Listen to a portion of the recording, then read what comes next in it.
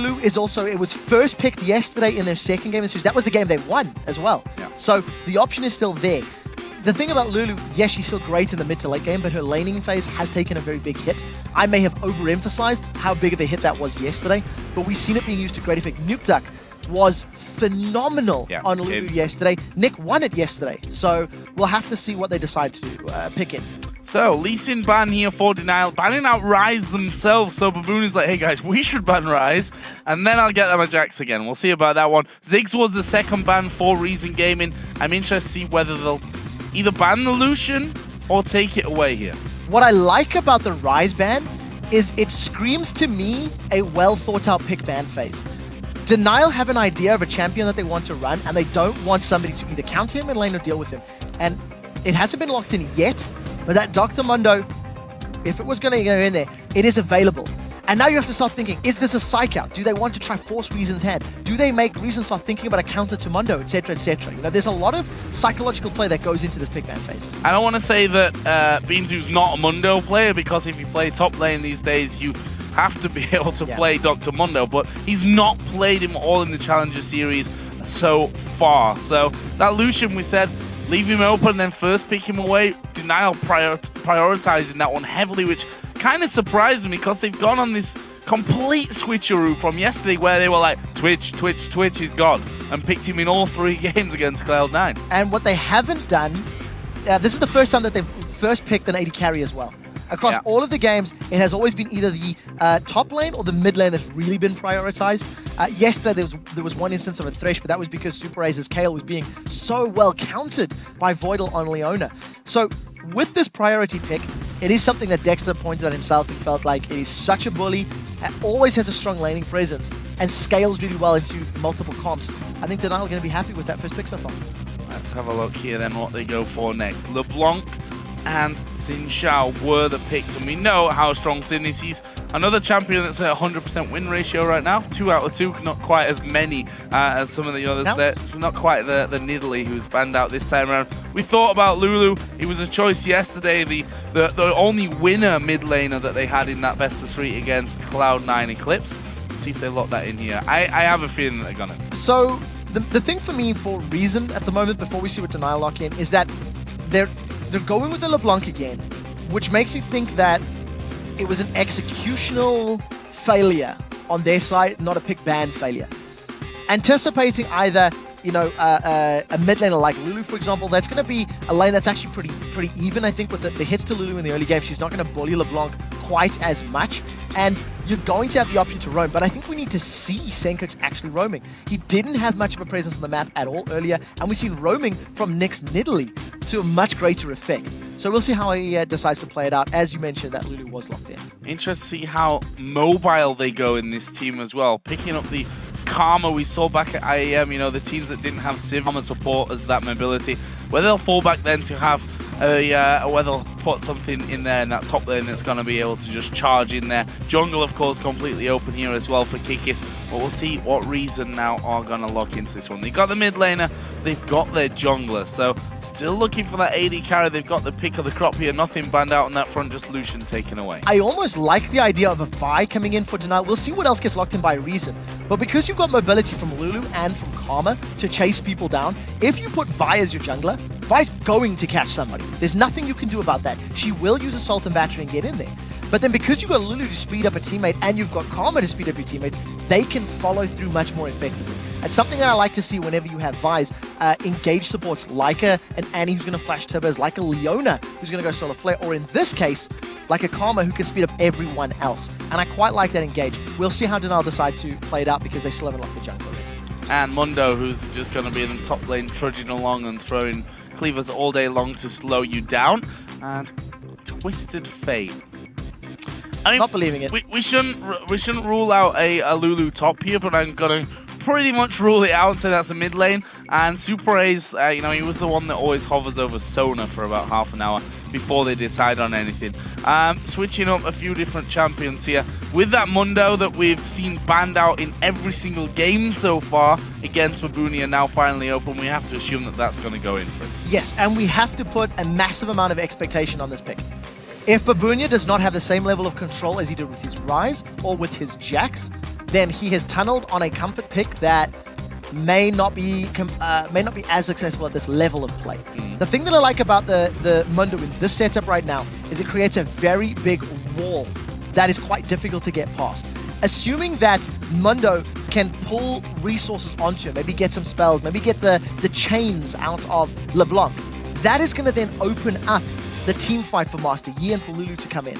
But the key is to not send in Lulu or Yi by themselves or alone, because they can get singled out and killed. Keep in mind that they've picked this run-at-you composition against a Xin Zhao, who has the ability to kick you away. So there's going to be a lot of emphasis on Denial finding the right team fight, committing at the right angle, and not overcommitting, which is something they've been guilty of not doing correctly yesterday and today. So are we going to see Beanzu going back to his old favorites? Basically him and Wicked, they're like Irelia bros in Europe, you know? In fact, Wicked was watching yesterday, so he's maybe picking up a few tips from Beanzu about how to play Irelia. Implying, of course, that Beanzu's the stronger Irelia player right now. Hi, Wicked. But yeah, it will be Irelia this time for Reason Gaming. And again, we saw a switch away from Irelia, but going kind of back into that one. If we look back, I said it before, against Mouse Sports, the final best 3, both games against Nip. Game 1 here today, really loves his Irelia. I like Irelia against Mundo in the early game. I like him in the laning phase. I like him up to probably level 7, level 8 even. With no Ignite, I think there's lower kill pressure once they both hit level 6. The one thing that I dislike is that Irelia's primary damage comes from obviously her auto attacks, from her heat and style, which applies the true damage. The only real counter to true damage is to stack HP, and that is what you will be doing on a Mundo. He's going to be building up the likes of a Randy and Zoman, maybe going the route of a Warmogs if he gets enough CS. So he itemizes exactly as his core items what will counter Irelia. The thing that Irelia has that Mundo doesn't, if Irelia gets to the back line with a Trinity Force and some damage, she is a threat to the squishier targets behind. I feel that Mundo is less of a threat because he doesn't have as much damage. So we'll see how each of these players work their individual strengths and weaknesses. Another thing we've got to consider as well is that Mundo is weak early on until he starts getting up towards that level 6 when he gets his massive regen and gets a bit tankier. We've seen how much of an impact Xin Zhao can have underneath that tower at controlling you. That's the time to shut down that Mundo. The one thing that I do like about Mundo with Teleport in terms of his ganks is it is a lot more oppressive to get away from. If an Irelia dashes to you and she tries to stun you, and you can avoid that or you can mitigate that, the risk of her killing you is much less. However, there are so many infected cleavers that come out from Mundo. If he teleports to the bottom lane, you combine those cleavers with the root from Karma, that is a lot of CC that can keep you in place long enough to get Woolite to kill you. So here we go then. It is game number 3. Will it be the final game here between Denial and Reason Gaming? The winners, of course, going through to the LCS Summer Promotion Tournament.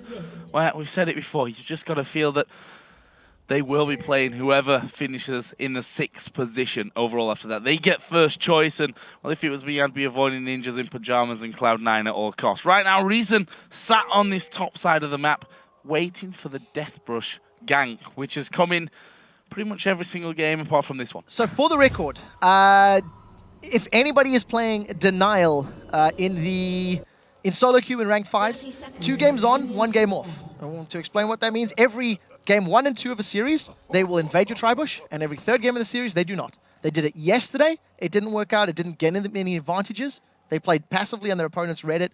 They've done exactly the same thing here now. It means they're predictable. And if they're predictable, if you can figure out some trends in the decision-making, it allows you to find ways to beat them later on. Currently sat with 3 men on the bottom side, a couple around the middle as there as well. And on the other side, Reason like, please, come on.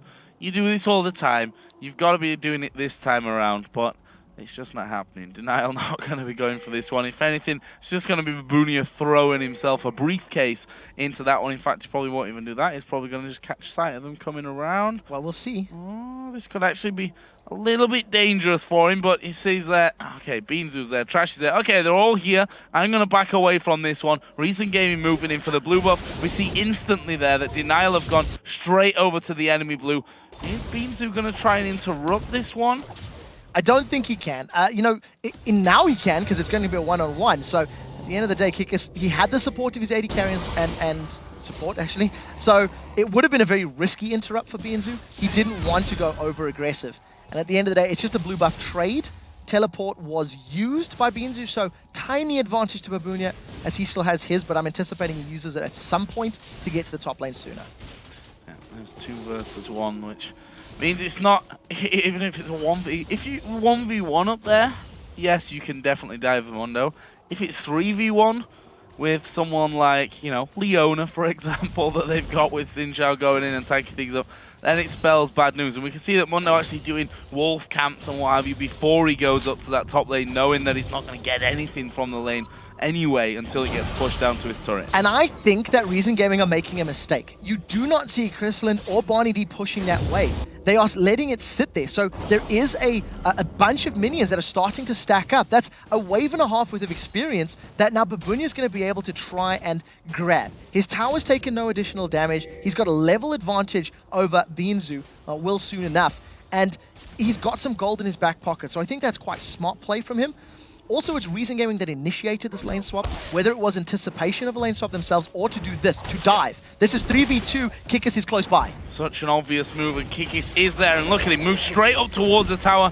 That means that Reason here have to really think twice about that one, and well, maybe even more than twice about it. Trashy going through, they're trying to get rid of those minions here, but how they get enough damage down to think about really committing to a full-on dive 3 versus 2. They're not going to be able to. There's not enough minions for that dive to be even remotely safe. Thanks to the Alpha Strike, the wave clear is actually pretty good there from Master Yi. So they defend not only the tower, they prevent the 3v1 tower dive, and look at how much Binzu's been denied. He's only got 2 CS to his name. He's not an experience range, and he's been forced all the way back to his inner turret. Yeah, this is pretty bad for a reason. I mean, if you look at what DNL are doing, well, they're denying those creeps onto Irelia, but it's all the experience going over here to Babunia and actually getting some good damage off while he goes. Meanwhile, those minions just running straight through into the turret in the bottom lane. They're going to get a good few shots off here and there when everything goes through. And DNL going to be happy with this scenario. So this is what we talked about in picks and bans. When you see that the Rise was banned out by DNL, when we had come to expect them to actually play the champion, you can theorize that, okay, they want to play a specific matchup. They want to play Mundo, for example. Then they lock in the Master Yi. The strategy from DNL was to hold this tower. Whether or not they had predicted the lane swap or not is, conjecture. But at the end of the day, they've executed the first 5 minutes perfectly. They didn't lose a buff. They've held onto a tower. There's a 19 CS advantage. That's half a kill for Babunia, but they did have to burn a flash because of overextending. Little bit scared. I'm not sure if you particularly needed to fully commit to that whole flash away from it. I think it scared them a little, although with Xin Zhao then losing that lane and seeing that Irelia was having troubles and that the tower was going low, they might have been able to predict that one a little bit better. But right now we see Babunia just trying to get rid of his minions as much as possible. Actually, good couple of turret hits coming out there onto Barney D, and that's the kind of thing that you can't afford to let happen. DNL in the meantime have just simply rotated around, brought their duo lane to the mid lane. Yeah, this is just going to be exactly what DNL did in the previous game. Rotating their champions when towers are down. Oh, Super Ace has got no flash. Super Ace has got no flash. Senkook's actually going very low, but it is going to be Trashy that gets the first blood. Here comes Lulu, but between them, they've not got the damage to get any kind of kill back. So I need to highlight the fact that Woolite did not use his Summoner Heal, and this is the second time this week that he has done this. Yesterday, he ran Summoner Heal and failed to use it to potentially save his support. You can argue whether it would have saved him or not, and it was smart to do so, but at the end of the day, you're not using the tools to maybe survive. So, Summoner Heal still available for Woolite. First kill secured by Reason Game. That's 3 for 3 in this series. They have grabbed themselves first blood, and all 3 times, Trashy was there to make it happen. And they said it. They said it before this game that Trashy was going to be the man here. If Reason Gaming were to do well, he would have to have a big impact in this game. Meanwhile now, Woolite actually going to get pressured quite a lot, and that's some good damage coming out of LeBlanc. The Chalice already in there with boots, and that door and drink. Barney D catching pretty much every briefcase these days, and not doing too much damage to him. It's just basically body blocking those minions. Yeah, mate, trying to deny Babunia, which is a decent enough attempt, but he's got to be a little bit careful, because if he goes too low and Master Yi comes up to set up a gank, there is a lot of damage from that Master Yi, especially once he throws down that Wuju style. So we'll see We'll see how they play it out. As it stands, the 2v1 has still remained for Reason Gaming. They've not rotated any of their members to try and defend that middle lane, and they've jumped up Babunya. Level 6 he is. Where's the ultimate? And wow, that was very late actually from Babunia coming out, but I think it's going to be enough anyway. It's a lot of regen after all. And actually managing to avoid quite a lot of that damage. And actually he's going to start chasing in here. Not sure how deep he can really go. Woolite was coming to join the party, but still would have only been a 2-on-2 scenario. Reason Gaming there started to move a little bit towards Dragon. They're in full vision though if they do. Yeah, the moment Denial revealed that they're AD carry and support in this top lane, it's actually going to open the Dragon up to Reason Gaming, assuming that they take all of their solo laners. Because this is a 2-on-2 in this top lane. Teleport is actually, I believe, just been used by Babunia to the bottom lane, so there's a little bit of presence. That window of opportunity has been reduced, but as it stands, there is the higher possibility of Reason starting that one off. Going straight towards the turret here. And they already have one down in that bottom lane. Fantastically played by Woolite. And Super A's at the start of things. Barnaby getting closer to level 6 here, but still taking a fair bit of poke there as we do see Aurelia forced to flash away from Dr. Mundo. Yeah, Babunia didn't even use his ultimate. That was just straight, you know, Burning Agony and landing cleaver after cleaver forces Beanzu away. The thing with Aurelia in terms of this early stage of the game, her mana pool is very, very limited. So if you start using and spamming your spells, you run out of mana very quickly. Part of the reason Beanzu couldn't stick around was the fact he was forced away. And because he was forced away, because of the fact that top laner couldn't come to Dragon, Denial are now going to pull their resources together, secure the first Dragon of the game at 9 minutes. Maybe a steal? No, not this time. No, not quite close enough. Sencooks actually may go for Nick and just gets polymorphed up there, says, nah, you can't really jump at me, that's not going to happen. However, Trashy is coming around here. This is a very dangerous move. Actually dodging away from that one, but the exhaust is going to come down. They get the stun onto Barney D. Will they get away? Yes, they will. And actually throwing the Colin back down, that's going to force them back off. Crystalline starts to come in. Whoa, flashes away from the Piltover Peacemaker. That would have been a kill, I think, if it had landed. Overconfidence from Moonlight to stay there, but now Sencooks is trying to find a kill. I think he's going to be a little bit too late. The movement speed from Super Ace was good, and we'll see if he can get caught. He's going to throw everything he's got here at Super Ace, including the Ignite, and Sencooks does get the kill. Barney D came in just to make sure that that one was, in fact, secure, and he wasn't going to be flashing away from them.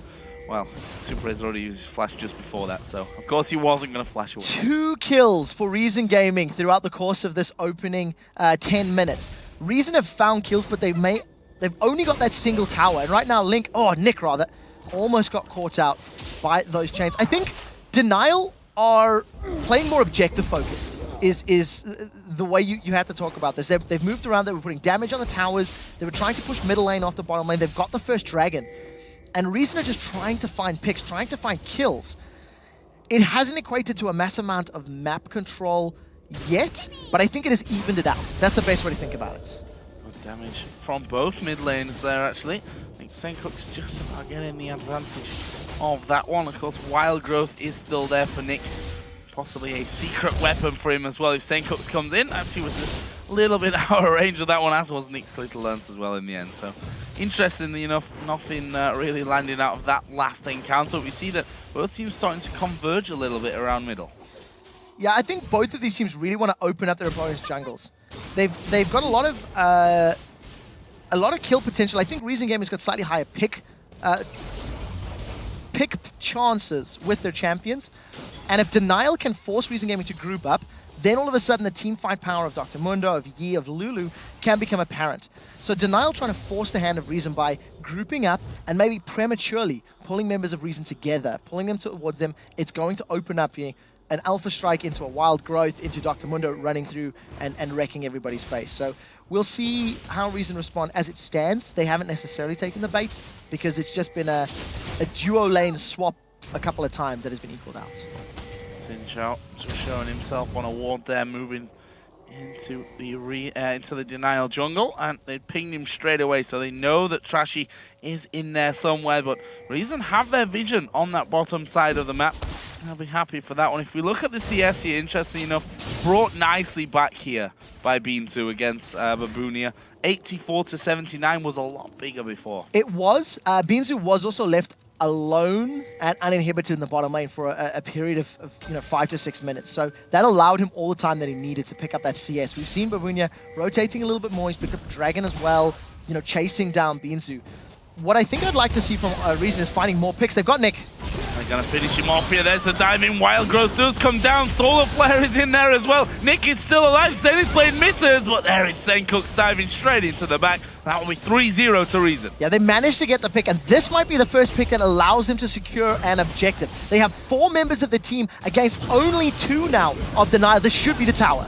All the folk coming in there. Kikis, to be honest, can't get involved in this one. They're going to try and leash him up, but almost getting caught out there by the Zenith Blade. In fact, it's going to be Senkux that dives in, ace in the hole, going to be blocked out. Have they got the damage? Trashy certainly does have. Goes in, the Alpha Strike from Kikis comes out. Good turret damage coming in. Trashy going to go low. Here comes the teleport as well from Mundo, but is he going to be able to get in there? Lucian from the backside. Where's the Cullen? He doesn't even need it. He's going to get 2 kills. Now they go towards Senkux. The Cullen is going to be sprayed out from the side. They get Chris Lund as well. That's Baboonia doing the work there, and now they turn over on towards Beansu. Perma slowed by Dr. Mundo, and that is another one. Disaster strikes for Reason Gaming. 1 for 4 and the tower. Reason managed to take away the objective, but at the cost of 4 of their members' lives. Lucian secures 2 kills. Dr. Mundo is going to kill. There's a bunch of assists. They feel like they've got an easy kill. They feel like they can just jump onto Super Ace and destroy him. Look at how far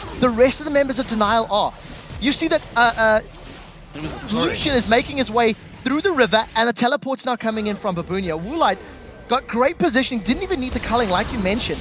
And unfortunately, because the teleport was too late there from the sides of Beansu, he jumps in and it's too little too late. He ends up giving up yet another kill. Over-aggression from Reason. They tried to find a pick to get another tower. A little bit of greed set their tone, and it may be evened out by that mid-outer turret. Turret was an absolute MVP in that fight as well. I think it did damage to 4 of them, or certainly 3 of them as they were trying to back away from that one. So a little bit of luck can sometimes go a long way, or a little bit of unluckiness maybe for the other team there. Reasonable really getting tagged up by that one. We do see Denial now getting themselves a blue buff just in time. 30 seconds until the next dragon does come in play. Denial, of course, now have that gold lead and could add a bigger swing if they're able to pick up the dragon. So this is one of these moments that you look at the game and you think to yourself, well, Reason are playing aggressively, but that's the first time they've been punished for it. Denial, oh, they've caught Baboonia. Can he get away? He can. Yeah, it's Mundo. No problem. Gonna have half HP by the time his ultimate actually stops here, and they're just gonna run straight around the back from this. They've got good poke, but they need to be careful about that death push. They need to be careful about Trashy, and they wisely put the ward down. That will be cleared straight out. Someone else will probably just throw something in there. They're doing good amounts of poke until the rest of the team come around. They've stopped Reason Gaming doing this one, and now Reason have to make a decision. Who are they going to go for? Baboonia is not really the target that you want. Wild Growth was popped. Barney D is going to go low on this one. It's Trashy that's having to go Baboonia, but Kikis has got Barney D. Woolak's got a kill at the back as well. He goes low, but he's not going to go down, and this is surely 3 kills. Double kill there with the Alpha Strike for Kikis, and that, again, will be 4 men down. This time they didn't even get a kill back. 4 easy kills for Denial, and Trashy was the one that went aggressive on Dr. Mundo. He jumped onto the tank, the member of Denial that wants him to be in his face. At the end of the day, Denial, they positioned better, they found superior targets. It's allowed them to pick up this dragon, which will be uncontested, and they backed away from that inner mid-turret. But the thing that really stands out for me was the fact that Woolite came in from the flanks. He came in from the sideline, managed to pick up a solo kill, and more importantly, the indecisiveness from Reason Gaming. Look at Woolite's positioning. He's going to be able to find himself a kill here. I think he 1v1 Senkux if memory serves. Every shot to the culling is going to start melting him. Heal comes out. I mean, straight outplay. Every single burst came down. And at the end of the day, because of the poor targeting from the rest of Reason, it just gives Kikis all the time that he needs to chase down and grab himself those kills. Yep. Doing well. I mean, if you look at the scoreboard here, everyone really chiming in from this one. 3-0-1 Woolite as well.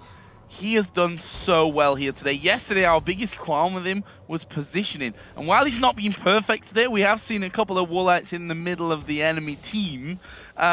He's been a lot better, no doubt about that. Yeah, I think because of the threats from the rest of his team, it's worked out. Yesterday, for example, when he was playing Twitch, he was the only threat to Cloud9. Yeah. And the moment Cloud9 took him out, it was a guaranteed teamfight victory. Now, you do feel like Kikis and Nick and maybe even Babunya to a smaller extent are actual threats to be worried about. That single team fight in the river gifted Denial a 4,000 gold lead, 5,000 gold lead thanks to the kill to Dragon, and I think they also killed the outer turret. I mean, Nick, he didn't even blow anything to get away from that. The Ethereal Chains didn't land.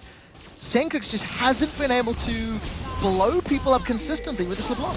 And that's a real danger for them. Actually, Super Haze getting hit here and actually going to flash away, speeds himself up and says, no, you're not going to catch me today. Good flash from him. And to be fair, the Solar Flare from Barney D was nicely landed, but the follow-up not quite perfect. This is bad news for Warlight now. He's out of position completely. Where's he going to go? He's got a ward on the top side. He's got Trashy coming in. He manages to get over to Baron, which is going to hit him. There is Senkux going in towards Super Haze. Is that the choice that he really wanted? I don't think so. And now they've turned around. They're going to have a go on towards Barney D. The calling comes through. Kikis gets one. Can he follow through on towards Senkux? Rest of the team a little bit further off from this one, but they've done good damage. They force Reason to back off. And just like that, Woolite, he's still going. If that's into 3, I think he's dead now. What?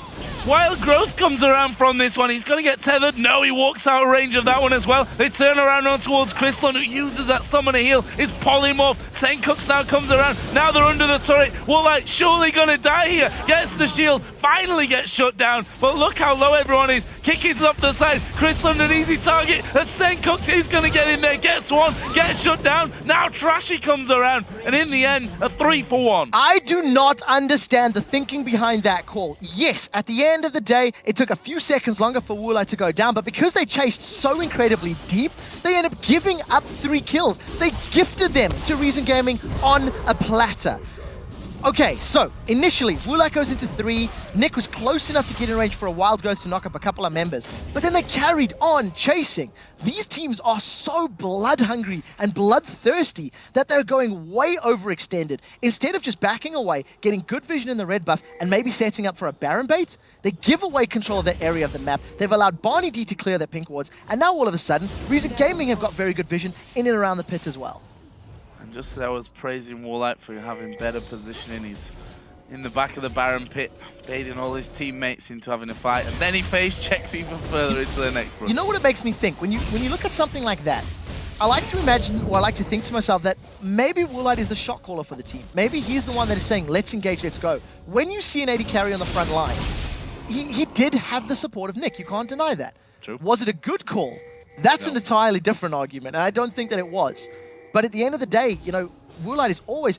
I mean, look at this. The rest of his team is sitting on the opposite side of the river. Especially when there's LeBlanc. He's face-checking a LeBlanc. He's either not afraid of this LeBlanc or so inherently confident in his Lucian ability that he's face-checking. And that's in the face of Leona. The cojones on this guy is insane.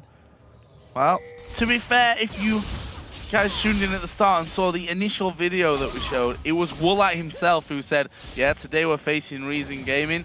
It's going to be easy.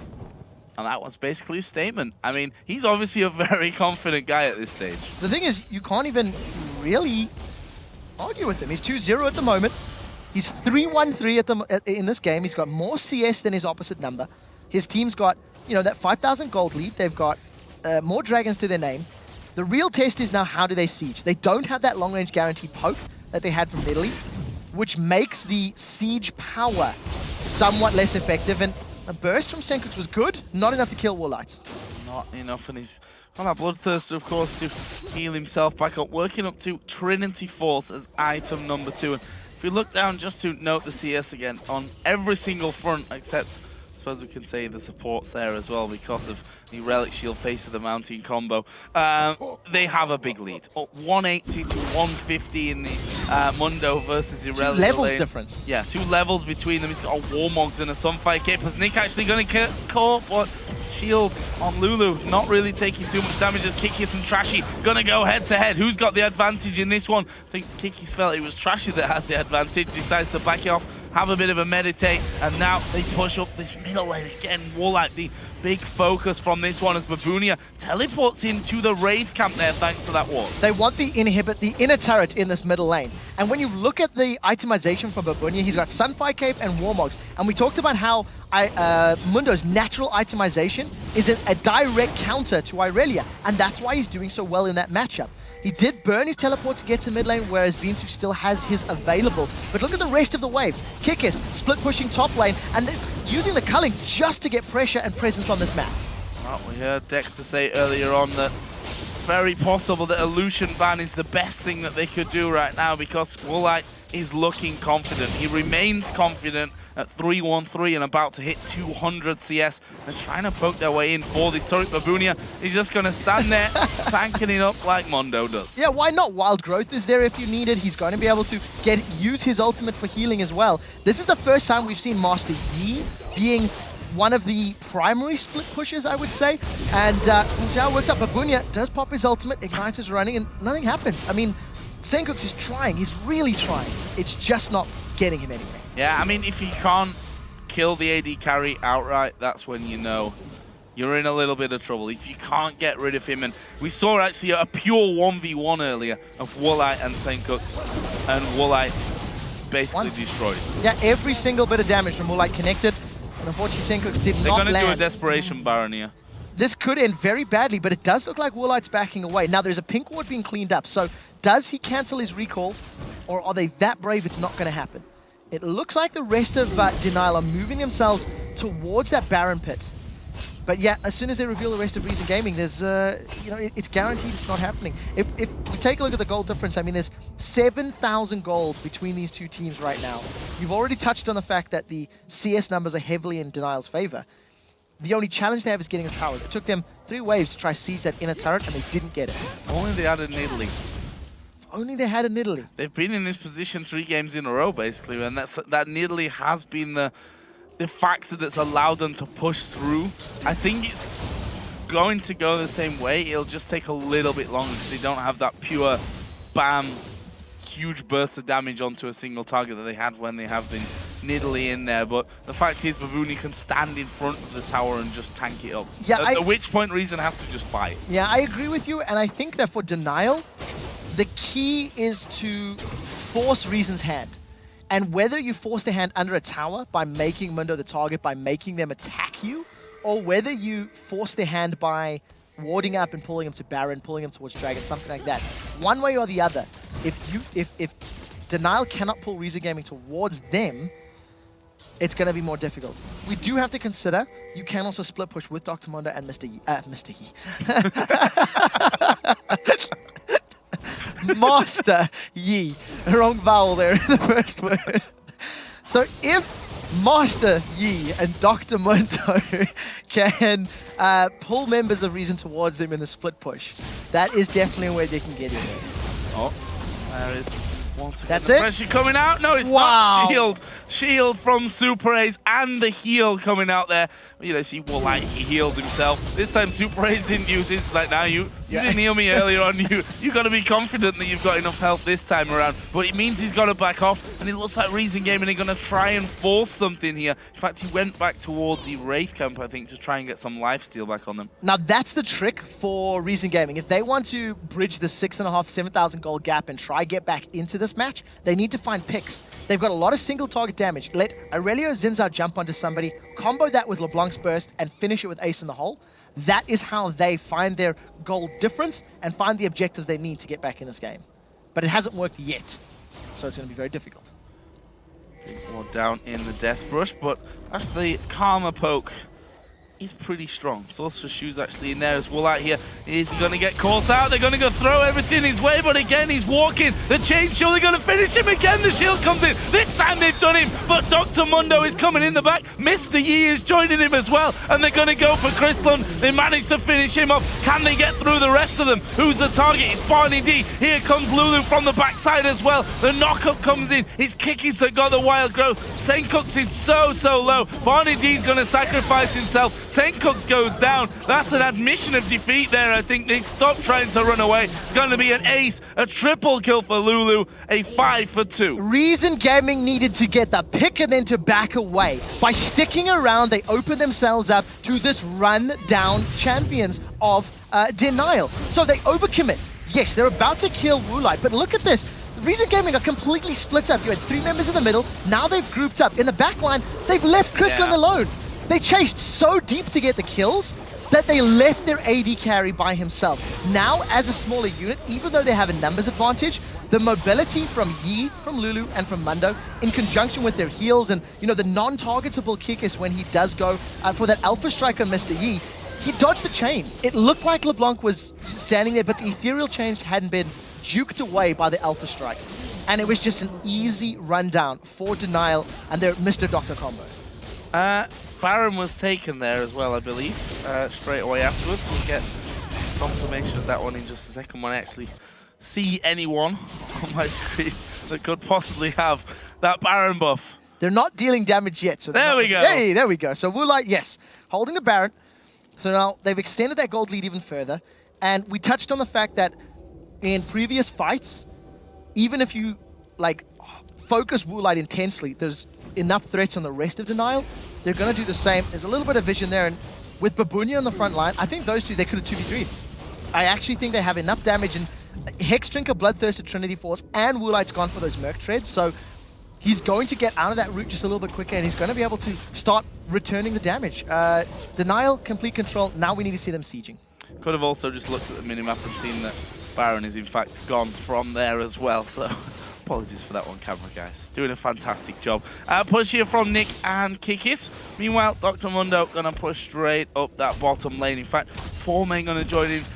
He has got so much health right now, Dr. Mundo. There's not much you can do about it as the Colleen comes through, and that is LeBlanc out of the fight. This is a turret. The inner turret in that bottom lane is going to be pushed as well. Irelia has to come back. Irelia can't do anything against Dr. Mundo, so instead Reason Gaming should just give up the inner turret, try force a 5v4 if they want to defend. Trashy jumps in with that audacious charge, but does nothing. He immediately has to back away. He doesn't want to get polymorphed. He doesn't want to take the damage. We do see that Binsu is undecided. He has no idea. But Bunya doesn't care. Mundo does what he pleases. They've caught Super Ace. They've caught Super Ace, and that's going to be 1 kill. But we see Wild Growth used. Here comes Mundo from the side. That's going to slow down Barney D. Binsu is going low as well. They flash away from things, but I don't think Kikis and Babunia care. I think they're going to go straight in for this one. Trashy gets slowed down. That's a good Randuin's Omen to actually keep them from chasing through, and a good few turret hits tanked up there for Denial, but a few too less as well. They needed about 10 more on each person. The inhibitor is going to go down. And bottom lane, can go straight to bottom, yeah. There's such a big minion wave on that bottom lane. They still have a lot of hit points available. Keep in mind that a lot of those ultimates are not there yet, so let's see how long they keep the siege up. They do back away, and they picked another fight. They picked another fight, which looks good for them because Kikis is now dominating at 6-1-7. And is he going to turn around? Goes towards Binsu, who walks away from him. Minions are going to go pushing up, as we are going to see Chrisland and Nick going head-to-head, but the Colleen comes out. One more will do it. There's a dash in, and Chrisland's gonna... that was a good juke. Press B and juke all the skill shots. But gets down to the auto attack to the end. Trash is gonna go down. They try and lock up Babunia, but he's Dr. Mundo with about 5k HP and actually survives in the end. He meant to put that on Mundo, but it landed on Kikis, and it's not a bad target after all, because he's just gonna dash straight in there. They're gonna go in towards the inhibitor turrets. Nexus turrets are going down here as well, and that is going to be game number 3, going to Denial, and more importantly, that is their position secured in the LCS Summer Playoff Promotion Tournament. Very well played by Denial. Throughout the series, they started slowly in game 1. They were much more convincing in game 2. In game 3, once they got a lead, they were in complete control. Very well played indeed. 3-0. No doubts at all about the performance. 3-0, and we have Dexter with us once again here. Dexter, as he said, you know, a slower start this time around for Denial.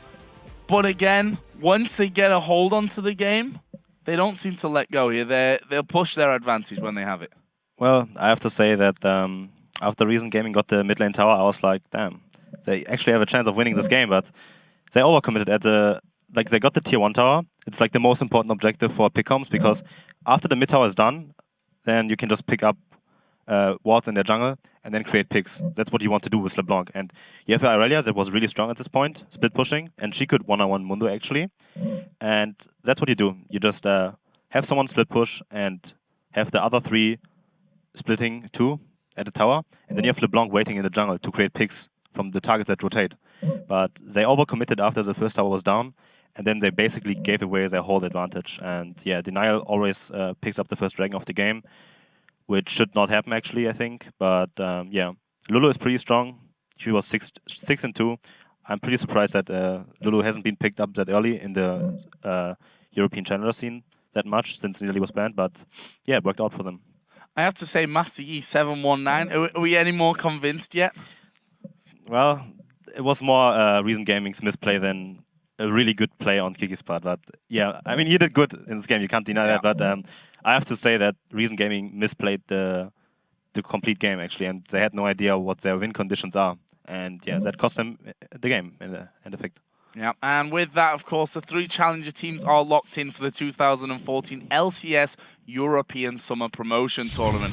The Ninjas in Pyjamas, Cloud9 Eclipse, and, of course, our new team in there, Denial, after picking up that game, will get their shot at making it to the league starting on Thursday, April the 24th. Yeah, and while we know the 3 challenger teams, the final LCS team in the tournament will be determined in next week's European Spring Playoffs. It's going to be the team that places 6th. So whoever loses their best of 5 will make it that way. So, Dexter, if you were on a European LCS team that was in the bottom 2, if you're Millennium Super Hot Crew or whoever finished last in the playoffs, which teams would you pick and who would you be avoiding like the plague? Well, I know NIP is pretty good. I would avoid them at all costs, I think, because even when I have a good team in LCS, you never know, because they're really good. They went to Worlds. We had huge success on the European LCS last split. Their laner are top-notch, world-class level. Zoro0 is arguably the best top laner in the Western region, I think. Nuke Duck has like a really safe laning too. He just farms up perfect CSing all the way. And yeah, they just play a really low-risk game where you can't really have any possibility to do something unless you play really aggressive. And even when I like playing aggressive, I don't want to play against them, actually. So I would avoid them at all costs. I would probably pick either Denial or C9. Simply the fact that C9 doesn't have their jungler, the Ko, I think, he's too young to play in LCS. So I don't think they are that good. Like, I think he's the best player on the team and causes them a lot of victory. Like, he's the reason why they are so successful.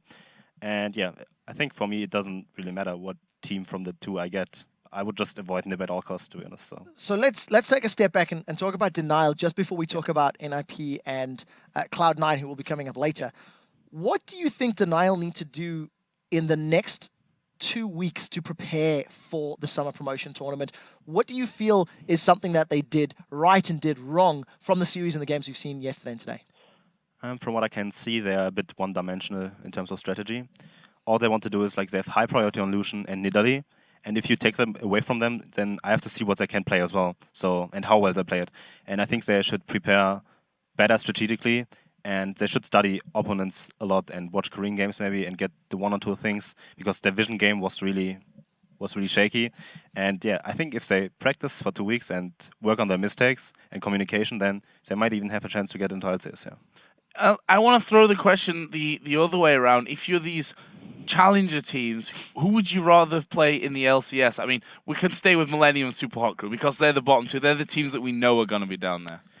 It all depends from I think Super Hot Crew is actually pretty good, simply because of Mr. Rallis. I think he's really good, and their bot lane is decent. Their new mid laner, I have no idea how well he does in Europe. So yeah, I think I would go with Millennium simply because they just got a new jungler, and I think their jungler, even when he was being around a long time in the scene, I think he was inactive or something before that and didn't really have the chance to play fully to his potential yet. So I would just go with Millennium simply because they obviously have team communication issues, and yeah, they had the last at the LCS for a reason. So I would probably go with them. Well, we'll have to see who they end up playing. Yeah. I want to talk just a little bit about NIP. I know I, in particular, expect a lot from the team. This is a group of players that are praised and touted all the time, and when they fail to deliver, it shocks. I mean, it is. Whenever we watch NIP games, they play incredibly safe. They are not known for super aggressive, especially in early. They like to get mid-game.